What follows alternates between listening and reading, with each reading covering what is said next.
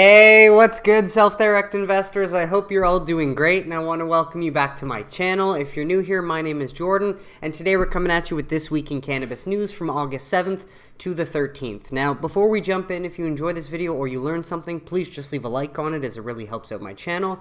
And of course, if you want to learn how to take advantage of this generational investment opportunity, subscribe below so that you don't miss any future videos, and there's plenty of content for you to go back, rewatch, and educate yourself with. Try to think of it as a time capsule. I've tried to put all the news and facts in one place so that you can watch episodes over time to learn about the evolution of the US industry, identify top US MSOs that you keep seeing pop up that you think will be worth more in the future than they are now, and take advantage whenever you feel ready, of course, pending whatever incremental reform we're supposed to get from now until the end of the year, if we do get it. But I still believe it's a matter of when, not if, folks. And to start off, we've got some wicked sales numbers to recap as Cannabis Business Times reports Michigan now on pace to become $3 billion cannabis market in 2023, as state licensed dispensaries smashed the monthly sales records with $277 million at the register in July as flower prices climb. So love to see Americans voting for legal cannabis with their dollars given the opportunity, and that is up from $260.8 million set in June, so massive numbers there.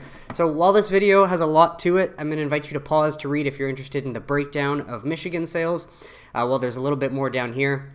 I invite you to pause to read, and then I'll bring you down to the last bit if you wanted to go through. But love to see them raking in those legal dollars and, of course, offsetting the black market in the state while bringing in plenty of legal tax revenue for the citizens of Michigan, because that's what happens when you end cannabis prohibition. So we love to see it out of a non-competitive state that chose not to focus on social equity, ironically. And with that, for Marijuana Moment, 3 Northeastern states set monthly cannabis sales records in July. Nothing close to what Michigan is doing, but still on track and heading in the right direction, as Maine, Massachusetts, and Rhode Island all hit new records. We'll start with Maine, as retailers sold $20.8 million in cannabis in July, which is the third month of record-setting totals in a row. So far in the first half of the year, the state has seen more than $118 million in total cannabis sales, setting the stage for a new yearly high compared to the 2022 total of $159 million. So love to see it out of Maine. On to Massachusetts, the most mature market out of the 3 states. Adult-use cannabis sales reached a record of $136 million last month. That's in addition to $18.7 million in medical purchases for a total of $154.7. And this is, again, the third month in a row that Massachusetts has seen record sales, with June setting the prior record of about $152 million total. So we love to see that out of Massachusetts, as well. And then lastly, Rhode Island, retailers sold $6.8 million worth of rec cannabis last month. The state has set monthly adult use sales records every month since the rec cannabis market launched in December. What do you know? Another $2.7 million in medical cannabis products were purchased for a record monthly total of $9.5 million. So we love to see it, again, out of a small state like Rhode Island. And worth noting for Massachusetts, they've already hit $915 million, and so they will cross the $1 billion mark for the year by the end of August. And so love to see it. So much potential when we focus on equal access to opportunity. While another Northeastern state, Connecticut, rec sales reached record high of $13 million in July. And so while it's about 500,000 more than the prior month, nearly 3 times as much as the state saw during the opening month in January. So more citizens of Connecticut are opening up and realizing, oh, they've got access to a safer, non-addictive medicinal alternative, and maybe they're choosing this substance over others. Who knows? But at least the charts are showing that sales for rec are heading up in the right direction, while medical is in orange, rec is in blue, of course. And then just figured I'd bring you down to the breakdown. Total dollars spent, flower remains king, as it is in most markets, 53% of sales. While vape cartridges sit 26%, infused edibles 10% of sales, extracts for inhalation 7%, and then others 4%. And so I'll bring you down here a little bit more if you wanted to pause to read. Otherwise, grab the full link in the description. But with that, one of the unfortunate stories we got this week, and who knows how true this is, but it's just infuriating enough to make your blood boil, as apparently the U.S. Department of Health and Human Services says it has no record of a letter from the White House to start this rescheduling or descheduling review process. What? So, according to Marijuana Moment, the Biden admin has no record of cannabis letters cited by DEA head in the congressional testimony that we saw last week or 2 weeks ago. The basic milestone, like the document that starts the process, we should be able to examine it. Yeah, where the fuck is it? So a few comments down here to show you. I agree with Johnny Zohar at this point. They're just playing games as usual when it comes to cannabis at this point.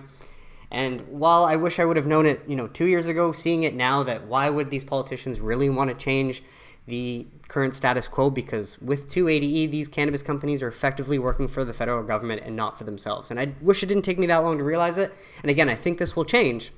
I'm still invested for that, but man, to think how naive I was to trust that politicians actually give a single flying fuck about any of their constituents, because if we look at their actions regarding cannabis, clearly they don't. And while it's a tough pill to swallow, it's a valuable lesson I will never forget going forward. But just want to touch on this article briefly, because while most of it is pretty much speculation and fluff, as we see a lot more frequently from Marijuana Moment, and I'm sorry I have to use them as a source so much, main thing though that I found is that they talked about DEA head Ann Milgram, who we saw testified and promised Matt Gaetz, who was pressuring her that she would provide a timeline on the HHS DOJ rescheduling review, right?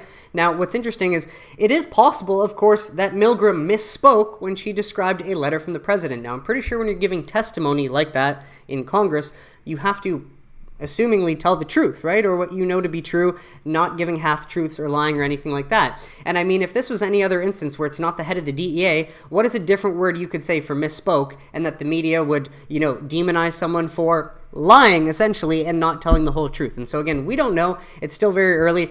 All this to say, obviously this is infuriating, but the main thing, while the Dills report is sharing their frustration on how sloppy this whole situation is, can we trust Baccara, who apparently tweeted on June 15th, we're underway with their review as we speak, while at the same time we've heard from Jason Wild, who has a source in Pharma, and again, take this with a grain of salt, but Jason G. Wild, pretty consistent guy. He's told us his source believes that this review is sitting in a desk ready and waiting to be used as a political tool. So again, folks, mostly speculation. I don't know what the case is. Let me know in the comments what you think, but I just wanted to bring this up because obviously we get this news this week and you're like, come on. Can they really be this fucking retarded? And yes, it is possible that we already have a lot of Marxists in power and we didn't realize it. But the best thing is that, hopefully, if you're not the president and you're the smaller players, they can get voted out, when the time around comes. So glad to start paying attention, folks. But with that, some more shenanigans before we get to the good news of the week. Big ups to Do the Right Thing. Thank you for sharing this one, as I'd missed this headline from May 5th, 2023. But no doubt it makes a whole lot more sense as to why Sherrod Brown is now acting like Shmuck of the last 2.5 years. Especially when you know that if we look at opensecrets.org, I believe in 2020 when Shmuck took over as the Senate Majority Leader, he received $423,000 from Big Pharma, and now we're seeing Sherrod Brown taking $230K from opioid giants. And so for anyone who says that Big Pharma is not worried about cannabis stealing their market share, they're either full of shit or they're paid not to know that. And so this New York Post article says more on it. I'm going to put that link in the description.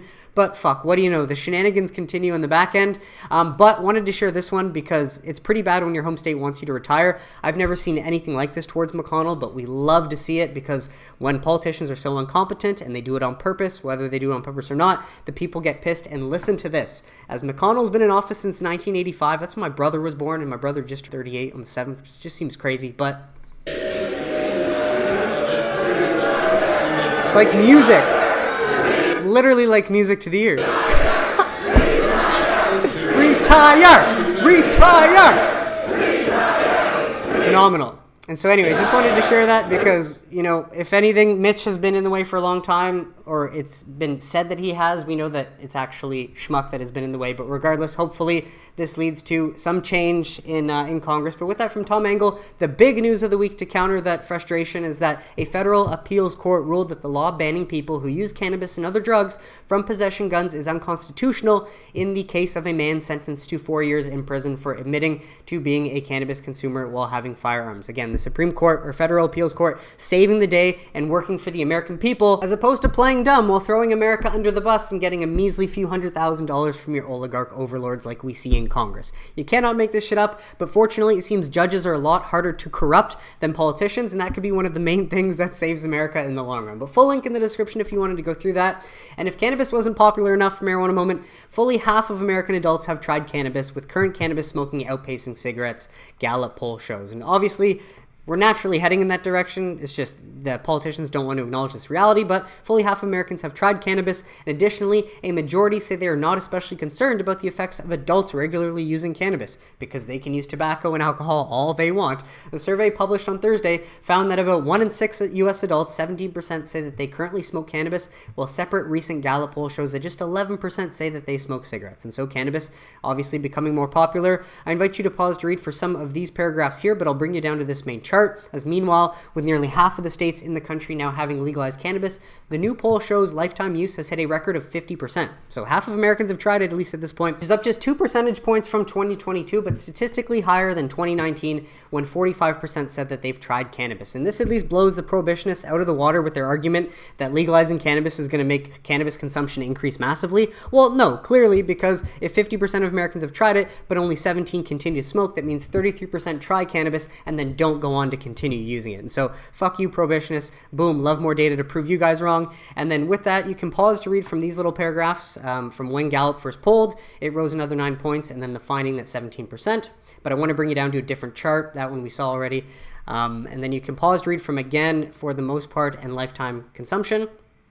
But then this one to look at Americans' use and experimentation with cannabis by subgroup 2022 to 2023. So just breaking it down, gender, age, education, party ID. That should actually be sex if it's just looking at men and women. But those who smoke cannabis regularly and then ever tried cannabis whatsoever. And then one more down here to bring you down. But the largest divide, you can pause to read another recent analysis and then the latest survey. This last one looks at the concern of cannabis's effects on U.S. adults and young adult teen regular users. And this data for Gallup was collected by telephone interviews conducted between July 3rd and 27th with a random sample of 1,015 adults and has a margin of error of 4 percentage points. And you can read it and weep, but it's kind of silly that still 19% and 26% are very concerned or somewhat concerned about adult users, because if anything, we've seen from the data, you try cannabis, it doesn't mean you're going to use it all of a sudden. And then as we can clearly see as well, if you're going to use any substance for a consistent period of time, cannabis is way healthier and safer for you than alcohol or tobacco, especially over consistent periods of time. So that's a no-brainer. And all that to say, people are still concerned about teens and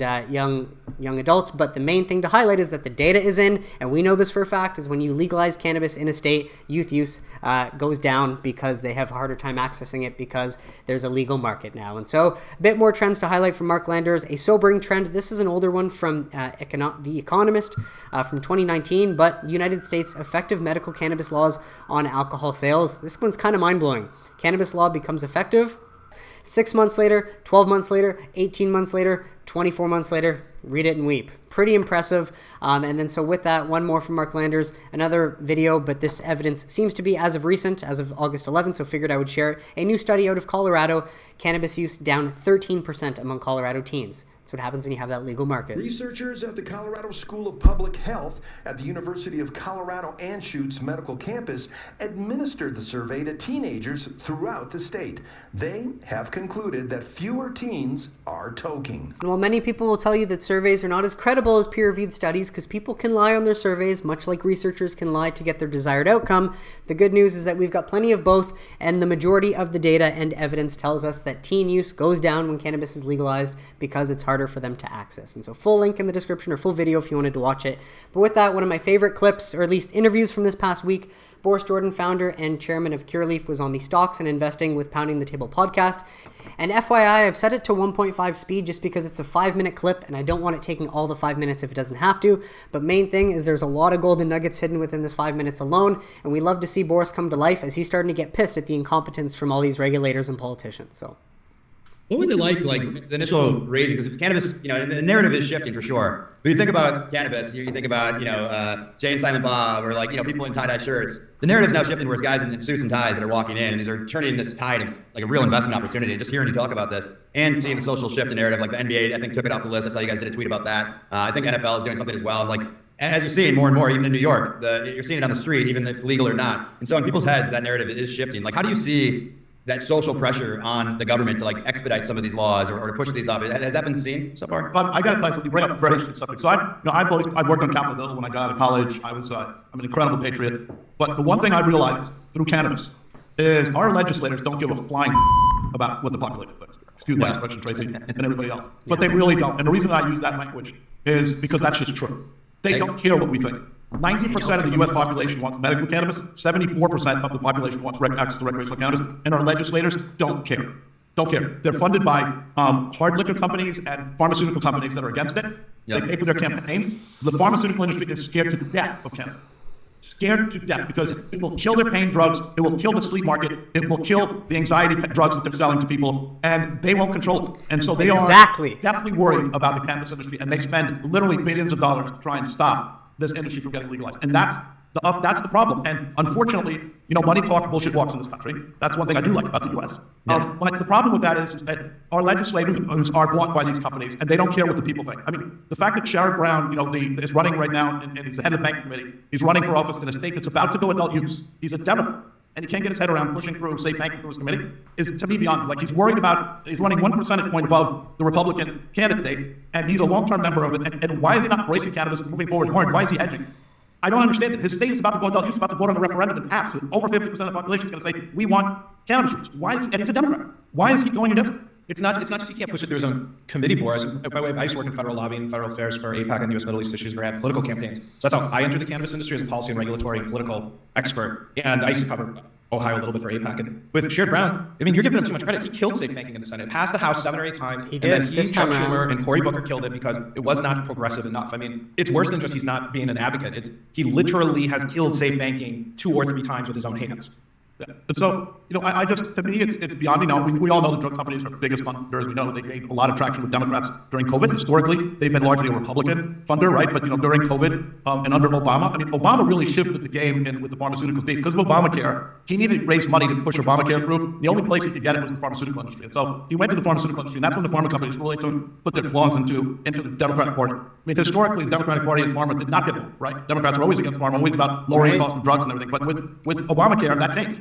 Because they funded, the campaign on Obamacare. That's how it was when I grew up, and I didn't realize that shift happened, but shit. And to think that I was young, naive, thinking Obama was the best president ever, and now it's like, well, he's one of the worst of my lifetime, behind Biden by far. And so all that to say, full link in the description. I recommend going through the entire thing. But with that, without further ado, on to earnings season as Verano announced the second quarter 2023 financial results. Now, I can't spend too much time going through this, folks, so I'm just going to deliver the highlights. But the good news I do have is a recap from Cannabis essentially for every single of the big MSOs this week. And so company Verano delivers record quarterly revenue of $234 million and tightens 2023 free cash flow guidance to $65 to $75 million. And so management commentary here if you wanted to pause to read. Well, I'll bring you down to second quarter financial highlights. And the main things to take away: cash flow from operations, $24 million for the quarter, CapEx of $8 million reinvested back in, while free cash flow of $16 million for the quarter. And so I'll bring you down to this last bit if you wanted to pause to read. Otherwise, full link in the description for Verano. So good to see Verano producing some free cash flow. And from Cannabis, impressive Q2 showing from Verano brands with results ahead of consensus, strong margins, and most importantly, positive cash flow from operations and free cash flow generation while paying taxes down, and all with adult use sales in Maryland still to come. So it's worth noting Q2 will not have any Maryland sales, though they will have some Missouri sales for any MSO with a footprint there. Main thing is Q3 is going to reflect what we've seen out of Maryland, which launched July 1st and did, I think, $87 million in sales in their first month. So that's going to be big for any MSOs with a footprint there. But good job, Verano, and this is the deep dive from Cannabis on Verano. Pause to read if you're interested. With that, on to Green Thumb as they report their second quarter 2023 results. And so just to show you the highlights, main thing, 6-month cash flow from operations of $93 million, net of $52 million of tax payments. And so good to see Green Thumb paying their taxes and also bring in some cash flow. And I would say out of the two, Verano and Green Thumb had the best earnings out of all the 5 of them that we're going to go through, mainly because they're producing cash flow from operations. But management commentary, you can pause to read. And then second quarter 2023 financial overview. Otherwise, full link in the description. But of course, from Cannabis, strong Q2 showing from Green Thumb, stable margins, lean operational expenses, and continued cash flow generation that allows the company to continue to reinvest in the business. And adult use sales in Maryland and continued growth in Connecticut, New Jersey, Virginia, and Minnesota are likely drivers going forward. And so never would have thought these markets would be the drivers besides Maryland. Of course, New York, what could have been, lots of others. But all that to say, good job, Green Thumb. This is why Green Thumb will be the MSO that I will be starting a new position in once I, get the cash to do that. But this is the deep dive from Cannabis on Green Thumb Industries. So please pause to read if you're interested. Well, on to Trulieve as they report their second quarter 2023 results, highlighting progress on their 2023 plan, as they share some of what they're happy with, including branded retail sales up 9% sequentially, but probably at a discount, unfortunately, and then Maryland traffic up 200%, which will hopefully help them in Q3 offset some of the costs of integrating Harvest and Health. But with that, from Q2 2023 financial highlights, main things: generated cash flow from operations, excluding tax payment, of $98 million year to date. So while it's excluding the tax payments, they still owe some of this. At least they're producing producing some cash flow again, but main thing, reported net loss of $404 million. So clearly the Harvest Health and acquisition was a lot harder than they made it seem to be a few years ago to investors, and they're still dealing with a lot of that. So hopefully it's not going to cost them too much more, and they can produce some cash flow from operations going forward. But if we look at last year, they did $314 million, now sales down to $282. Sure, they might have sold, a lot more branded products, but at what sort of a cost?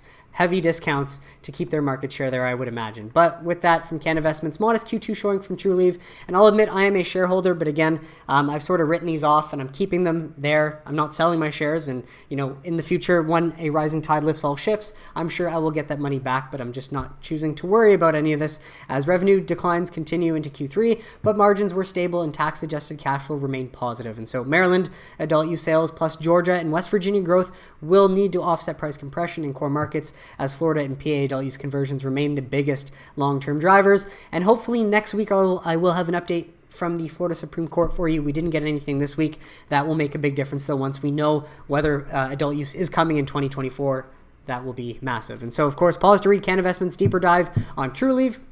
Well, lastly, we got Curaleaf reports second quarter 2023 results. Second quarter 2023 revenue of $339 million, representing an increase of 4% year over year, and adjusted EBITDA of $70 million, while second quarter 2023 operating cash flow from continuing operations of $16 million, and free cash flow from continuing operations of $8 million. So at least they're producing some free cash flow from their continuing operations, although I wonder what this little one beside it means. All that to say, you can pause to read management commentary if you're interested. While scroll down, second quarter 2023 financial highlights, you can pause to read. 6 months ended June 30th, 2023 financial highlights, you can pause to read. And then this one explains how they got to this number with the little one asterisk beside gross profit and continuing operations. So how they classify that. All that to say, I wanted to bring you down to one thing because I do find this sort of fitting and funny because we just saw that interview highlighting that Boris is a proud American patriot. He loves what, the foundations and the ideals that America is built upon, and it's pissing him off the incompetence and the taxes that, it's just the ridiculousness, especially of 280E in the current situation. You can tell he's just getting frustrated. And while if we look at their assets, they got plenty of cash on hand. They're expected to get $46 million in accounts receivable, money paid back for what they're owed, and then they've got plenty of inventory and cannabis to sell. But notable down here, if we look at their liabilities and shareholder equity, now maybe this is risky of Boris, I don't know, but if we look at accounts payable, accrued expenses, income tax payable, seems like they got a lot of tax that he's building up and he doesn't want to pay off. Maybe he has a way to pay. I mean, he's a billionaire. Boris could pay this off if he wants with whatever cash he probably has sitting around.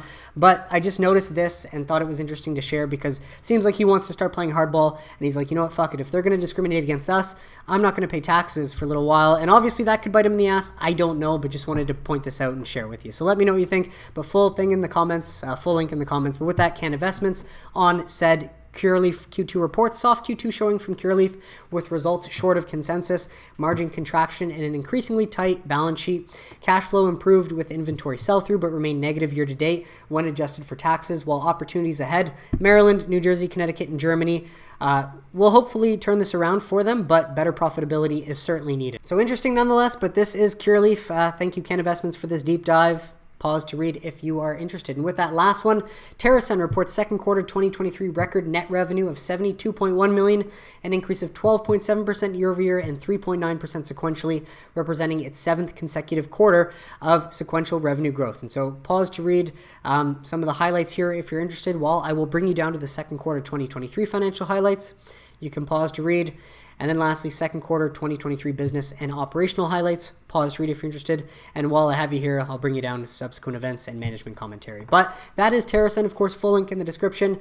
While Cannabis, thank you again. A decent Q2 showing from Terra Sun with margin improvement, good growth, and an H2 forecast suggesting further improvement in both areas, but also tax-adjusted cash flow that remained negative. While Maryland adult use sales, no doubt, the top driver of results in the back half of the year. So Terra Sun will be looking out for that. But main thing, the summary. Thank you, Cannabis, and this is again Terra Sun. It's Q2. You can pause to read.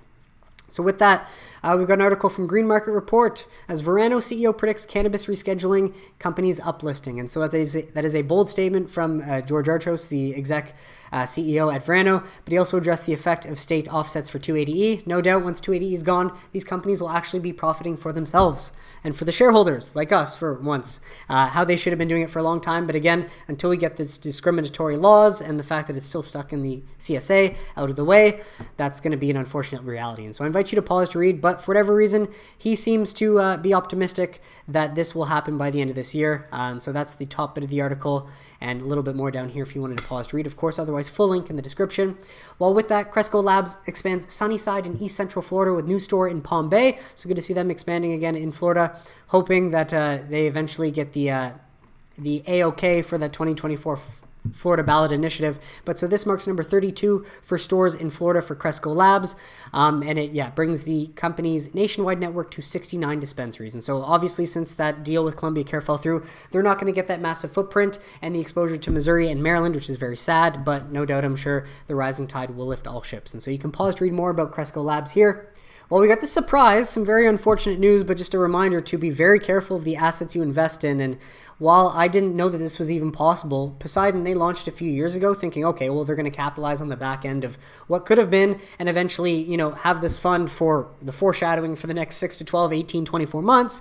But no, apparently, sadly, Poseidon has announced the closure of the fund with an estimated final day of trading to be in August 25th. I didn't know that was allowed. That should be illegal. Clearly it's not, and so I'm very much with H.L. Mencken, and damn, can't say I saw this coming. I've never seen this coming because I haven't been investing for that long. I didn't think that could be legal, that you could start a fund, and then right before, when it seems like that industry could blow up, or, of course, the foreshadowing looks better than ever, they can close. I think that's crazy, but more than ever, it seems like, wow.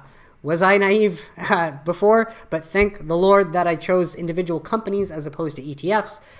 Really starting to think all the players in this field were just out to steal retail's money. It's totally possible. I never would have imagined it. But all I can say is beware of that Paxia name going forward. And I'm just glad I never listened to any of those Poseidon closing bells because we've got plenty of good resources. MJ Stock Trader, Toby Cannabis. Obviously, they're retail with their own skin in the game. So much like me, it's like, I'd rather listen to them because they're in the same boat as us, whereas Poseidon, we can see, damn, they made money this entire time, but off of retail and not cannabis. So shame on those guys. Hopefully they didn't fucking rob too many innocent retail. But with that, on to some more studies because there's plenty of them. Journal of Cannabis Research, Cannabis Use for Exercise Recovery in Trained Individuals, a survey study. And so again, not peer-reviewed or anything, but new as of August 5th, 2023. You can pause to read the background and methods, but the main results found 85% of participants reported participating in aerobic training. In addition, 85% of participants also reported regular participation in resistance exercise. 72% of participants participated in both aerobic and resistance exercise. 93% of participants felt that CBD use assisted them with recovery from exercise, while 87% of participants felt the same regarding THC use. And I do exercise quite a bit. I go to jiu-jitsu 5 times a week, 4 times a week usually. I try to do 5. But all that to say, I do consume cannabis afterwards, and I find that helps a lot with any sort of pain, inflammation, recovery I have. So for what it's worth, conclusions, we know, obviously, there's more studies needed and why we ought to deschedule, but individuals who habitually use cannabis, CBD or THC, and regularly engage in exercise do feel that cannabis assists them with exercise recovery. Damn right. Full link in the description. Well, with that, kid cannabinoids prove a new hope for ovarian cancer patients, which was first published August 1st, 2023, and this seems to be a review of many studies and many data we've already collected. All that to highlight is that research has revealed cannabinoids also exert anti-cancer activity, such as, you can pause to read there, there's significant value in the development of these cannabinoids 100% as anti-cancer therapies in clinical practice, as they do not produce the typical toxic side effects that exist in conventional therapies. And again, we can't do this until we get more awareness and momentum to get cannabis out of the CSA and deschedule it completely so that this is a lot easier to do.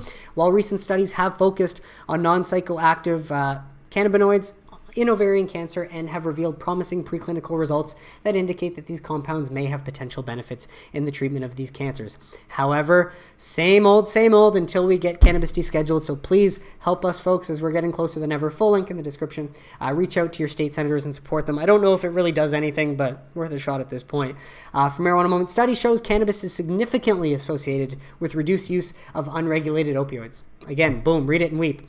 And so a new federal funded study has found that cannabis is significantly associated with reduced opioid cravings for people using them without a prescription, suggesting that expanding access to legal cannabis could provide people with a safer substitute so that 100,000 Americans aren't dying from opioid overdoses, right? It's such common sense at this point.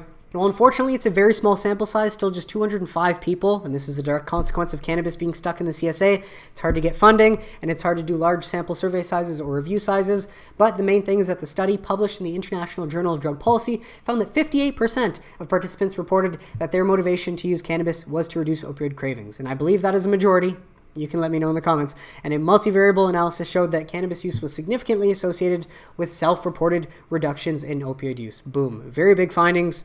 Again, these should echo. You can pause to read the rest, but main thing to point out as well, while it's hard to get the funding, the U.S. NIH and Canada's Institute of Health Research did provide funding for the study, while apparently 1 in the 7 study authors disclosed that he has professorship backed by the cannabis company Canopy Growth to research cannabis science at the University of BC. And if it's so hard to get public funding from the government, might as well use a little bit of private funding to help you get the results that you need if you can't get it from the traditional sources. And so with that, from Dr. Sanjay Gupta, telling the truth on CNN, which we rarely see, but we're appreciative. We appreciate it from him, as 10 years ago I was pretty skeptical. Yep, because you only knew what you were told to know. Then I went on an investigative journey, got curious and looked for the truth, to speak to scientists around the world, visit labs, and have long, deep conversations with patients. Bottom line, it is not a panacea, nothing is, but I'm convinced it can help people. It can heal people, and just because it doesn't help everyone doesn't mean it shouldn't be available to anyone. Boom. So thank you, Dr. Sanjay Gupta of the mainstream media and CNN, for telling the truth about cannabis and spreading some positive awareness and light from this recent CNN story that was published August 6, 2023. And so full link in the description to that I will put down there. But of course, if we're seeing more notable mainstream names, tell the truth about this, hopefully we're getting to that tipping point. And with that, this is just a sad reality of the whole situation. But if you've watched my video for 2 years, I've pointed this out for a long, long time, and at least we've got some more data to back this up, as thank you, Todd Harrison, for showing. In 2018, research on the potential harms of cannabis received more than 20 times more funding than research on cannabis therapeutics, according to an analysis of cannabis research grants from 50 public agencies and charity funders. And if you notice, whether it's in the comments or in the description, I show all the past studies designed to find the harms, because there were no studies in the past designed to find the benefits of cannabis. And that is the reality. And so I don't know how I knew this so well as a teen, and then it sort of got lost on me when I started believing everything the world told me. Then thankfully I came back to reality, probably when I started consuming cannabis responsibly again. But all this to point out is that all of the funding has gone towards studies looking for harms. Then in second place, fortunately, it's at least studies on the endocannabinoid system, but note there are asterisks down here, and so take those or keep those in mind. But yeah, third was cannabinoid therapeutics. Fourth, attitudes, regulations, and markets. Lastly, the least funding received was for studies looking towards cannabis and its therapeutic effects. You cannot make this shit up. And so fortunately, folks, this has been the past, and it's up to us to, raise the awareness, take action, and make a better future. And so hopefully my videos have helped raise awareness and educated any of you, but this is the reality, and we're getting closer to hopefully getting cannabis descheduled, or at least rescheduled to Schedule 3, where we can focus on more studies looking for positive effects and therapeutics, as opposed to the harms, which has been a royal waste in the past. And with that, The Hill even sharing alcohol versus cannabis versus tobacco. Doctors answer which is worse for you. You don't need a doctor to tell you which is worse, obviously. And so I don't know if they did this on purpose, but thank you, as cannabis not a gateway drug, Colorado University research shows. But get how they word this. In nearly half of U.S. states, all three are legal for those over 21. Alcohol, tobacco, and cannabis. However, the three substances come with different rules, taxes, and of course health effects. We posed the question to 3 doctors in the country: how do alcohol, weed, and cigarettes rank when it comes to your health? All doctors agreed which is best. But of course they're not going to spell it out for you and tell you what it is, because the mainstream media hates cannabis, and in classic fashion you've got to read all the way down here to get the first bit of the answer. But when it comes to generalizing for the average person, because it's not like the average person needs a doctor to tell them what's more dangerous out of all these substances, Akil said alcohol was the worst, followed by tobacco. And by process of elimination, you know what that means? The healthiest and safest is? Yeah, baby. The plant speaks for itself. And so full link in the description, of course. But with that, some state news, marijuana moment, as Colorado law allowing online cannabis sales officially takes effect. And this is huge, especially when this is the main quote from, I think, the governor or the lawmaker. What the bill mainly aims to do, from my perspective, is reduce cash in the cannabis space. And let's see if this comes online and takes effect, if we see a number of dispensary robberies go down because maybe dispensaries aren't holding as much cash. Again, this is still speculation, but hopefully this does happen and it reduces the amount of cash and overall robberies in the space. That would be the hope, but full link in the description if you wanted to go through that. While out of New Hampshire, thank you, Tom Engel, for sharing this. As of August 8th, New Hampshire Governor Chris Sununu signed a bill creating a commission tasked with drafting legislation to legalize cannabis sales through a system of state-run stores. And this will obviously be a very interesting experiment because I know these state-run stores aren't going to want to pay that 280E tax. And so from now until the time that New Hampshire gets this online, is there some sort of way that's going to remove 280E? Rescheduling? Obviously, we hope. But worth pointing out is the proposal is due by December 1st for lawmakers to consider passing in 2024. And we know that Ohio is going to be on the ballot in 2023, and we know that Minnesota was the 23rd state to legalize for recreational and adult use. And so could Ohio become 24 and then New Hampshire become 25? And at that point, if we have half of the states with adult legal cannabis, does the Supreme Court have to strike down the federal overhang as unconstitutional? You'd love to think that's the case, but just happy to share that New Hampshire is going to continue going with their state-run model, which you just assume has to get rid of 280E. I don't know, just thinking out loud. Let me know what you think in the comments, but full link in the description, of course, if you wanted to go through that. But with that, from the Center Square out of Illinois, Industry Insider, lowering taxes on legal Illinois cannabis could boost sales. No shit. Obviously, this would be the best incentive for them to help anyone in the industry as well, especially if they want to keep sales in Illinois as opposed to people going to Missouri or states around where cannabis is taxed at a lesser rate. And so anyways, just going to leave this here if you want to pause to read. Don't want to go through the whole story and take up too much time, but it is in the link in the description. Well, we need an update out of New York. As always, thank you, Brad Racino. Here's how things are going in New York cannabis as of August 7th, 2023. And so, quick snapshot I'll bring you through. I don't want to read the whole thing because it'll take too long. But so, number 1, you can pause to read. Number 2, you can pause to read. Number 3, you can pause to read. And the main thing is not getting any better, at least in this instance, but the next few stories are a bit more promising. 4, you can pause to read. 5, you can pause to read as the corrupt, strange shenanigans continue. Number 6, you can pause to read. Number 7, you can pause to read. Number 8, you can pause to read. Number 9. Number 10. Number 11. Number 12. Number 13. 14. And as always, thank you, Brad, for being the beacon of light and a very reliable source out of New York. And so with that, Center Square to New York judge halts cannabis licenses following lawsuit. And this seems fairly new as of August 8th, 2023. And apparently this comes in response to a lawsuit filed by a group of disabled military veterans who argue the system of awarding and issuing licenses to certain social equity applicants violates the state constitution. 100%. Love to see these veterans finally saying, hey, how come they get access to this and not us? But you absolutely love to see it, not because those who were lied to by the incompetent Marxists running New York now have to wait even longer, but it highlights how those incompetent Marxists have shot themselves in the foot because now American law is coming to strike them and point out, the ridiculousness and what they facilitated thus far through all their delays, giving equal outcomes and no one an opportunity because that is social equity, not equal access to opportunity. And so more here if you wanted to pause to read. Well, this is, I think, an even more recent article on the same topic. The fuck is this? Okay, so we're going to reload this page. Battle over cannabis licenses in New York intensifies. MSOs seek to join veterans lawsuit because why wouldn't they?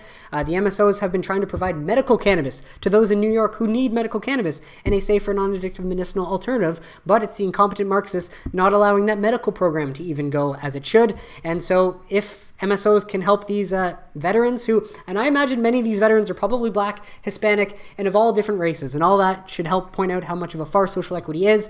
And all this to say the legal move aimed at freezing the conditional adult use retail dispensary program holds profound implications for the cannabis market's future in the Empire State. And so could we see a big victory in this lawsuit that, provides equal access to opportunity and gives the MSOs a shot in, actually opening up New York? That would be the dream. And so this is updated as of yesterday, Friday, August 11th. I invite you to pause to read, otherwise full link in the description, but this is an ongoing matter, so I will update as we get more information going forward. But with that, out of Alabama, as Alabama redoes medical cannabis licensing, some original winners lose out. And effectively, it seems while Verano won just one of the 5 integrated permits that allowed cultivation in June, it turns out that on Thursday, a commission replaced Verano with Alabama LLC while retaining the other 4 original integrated license winners. So basically, they replaced Verano, a company that's based in Illinois, with an Alabama-based business. You cannot make this shit up. And so I would be pissed if I was Verano.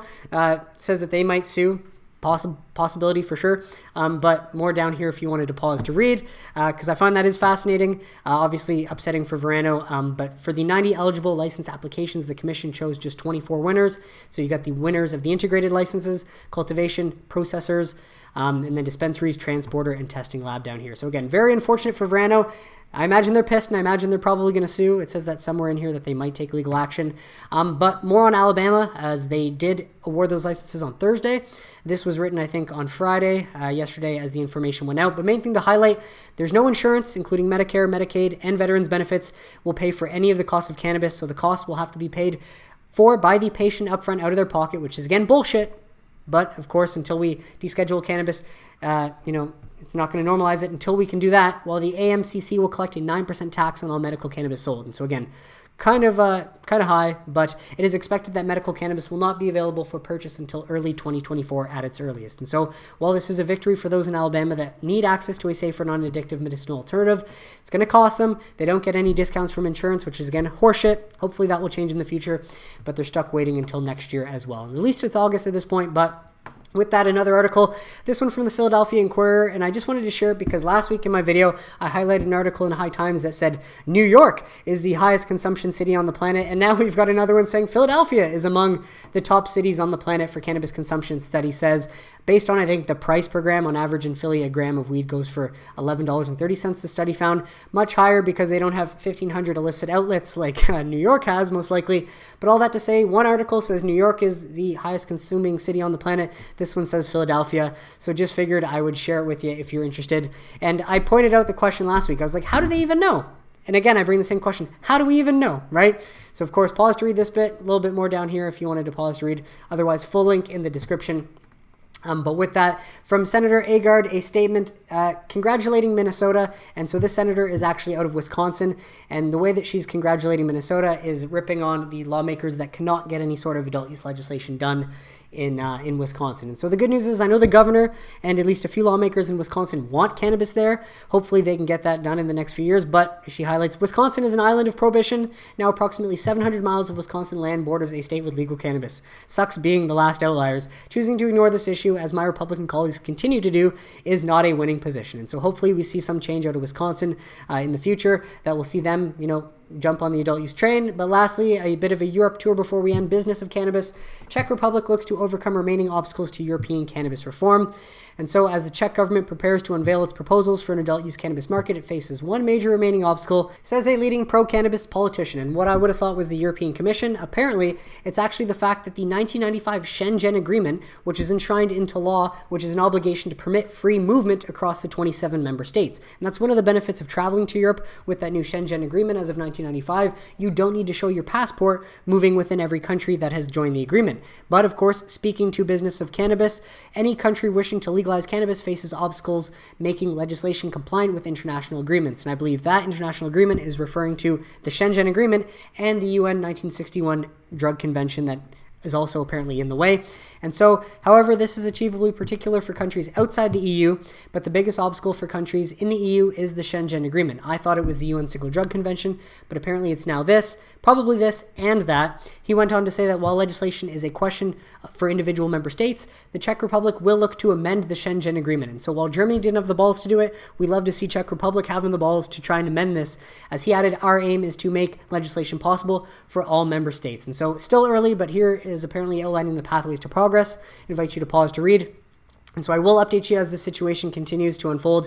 2024 European elections, what this could mean for the future, and then Czech Republic conflict. And so I invite you to pause to read all of that. Otherwise, I will update you. And last bit, we got an update out of Germany as Lauterbach, federal cabinet to deal with cannabis release next week. And so next week we'll get an update, and I will update you next Sunday. But according to Federal Health Minister Lauterbach, the federal cabinet will deal with the draft law on the release of cannabis in the coming week. And so a little bit more here if you wanted to pause to read this as of August 9th, 2023. But that is it for today's episode, folks. I want to thank you so much for tuning in, and I really hope you got some value out of it. What did you think of the stories mentioned? Let me know in the comments if you have any questions or suggestions, and I'd be happy to address them. But besides that, if you enjoyed this video and you learned something, please just leave a like on it. Subscribe below if you don't want to miss any future videos, and I will catch you next Sunday for This Week in Cannabis News. Have a great weekend, everybody. Take care.